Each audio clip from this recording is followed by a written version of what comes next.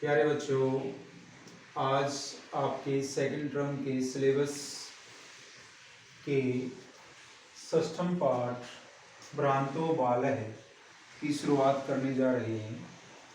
सभी बच्चे ध्यान से इस वीडियो को देखेंगे और पाठ को समझने की कोशिश करेंगे। भ्रांतः कश्चन बालः पाठशाला गमन वेलायां क्रीडितुं निर्जगाम। भ्रांत होता है घूमने का स्वभाव है जिसका। इस कहानी में एक ऐसे बच्चे के बारे में बातें हैं जिसको अध्ययन से लगाव नहीं था और घूमने का स्वभाव जिसका था। तो प्रारंभ करते हैं। कश्चन कोई, भ्रांत है घूमने का स्वभाव है जिसका, ऐसा बालक पाठशाला गमन वेलायाम पाठशाला में जाने की समय क्रीडितुम खेलने के लिए निर्जगाम निकल गया, अर्थात अपने घर से निकल गया।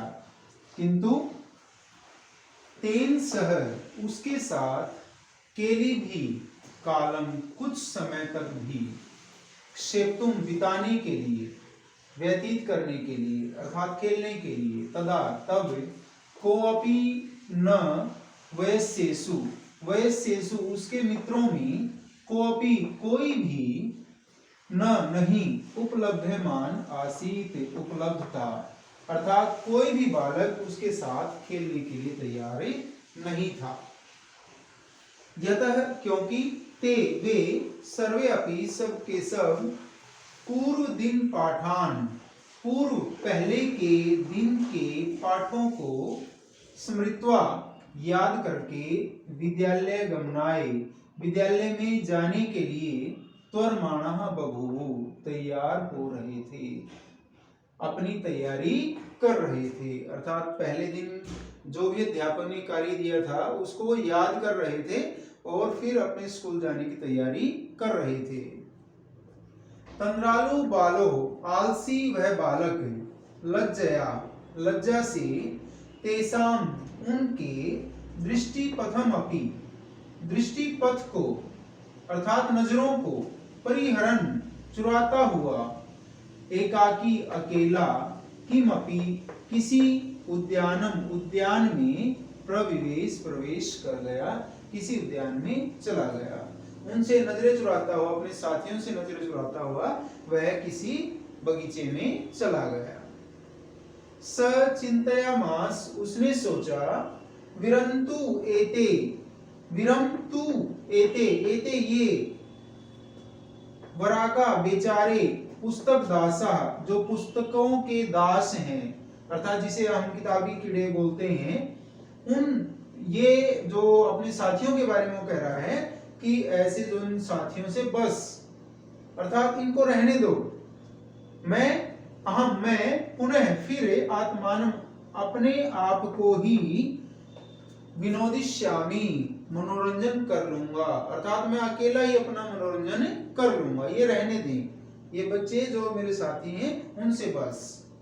ननु निश्चित रूप से भूयो फिर द्रक्ष्यामि देखूंगा क्रुद्धस्य क्रोधित हुए उपाध्यायस्य गुरु के मुख को।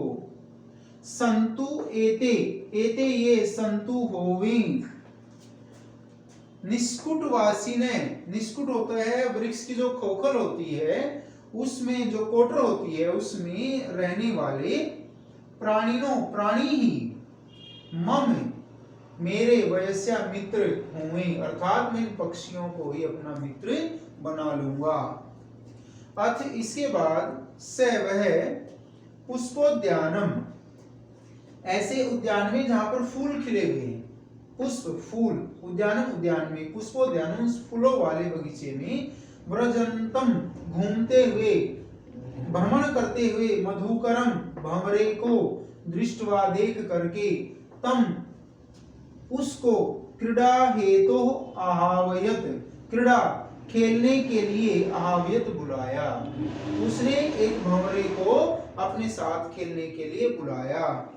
स वह कौन, वह भंवरा द्वित्रिः अस्य आह्वानम एव न मानयामास, दो तीन बार अस्य इसके किसके उस बच्चे के जो खेलने का इच्छुक था आह्वानम उसके बुलावे को न नहीं मानयामास माना उसने उसके आह्वान की तरफ ध्यान नहीं दिया।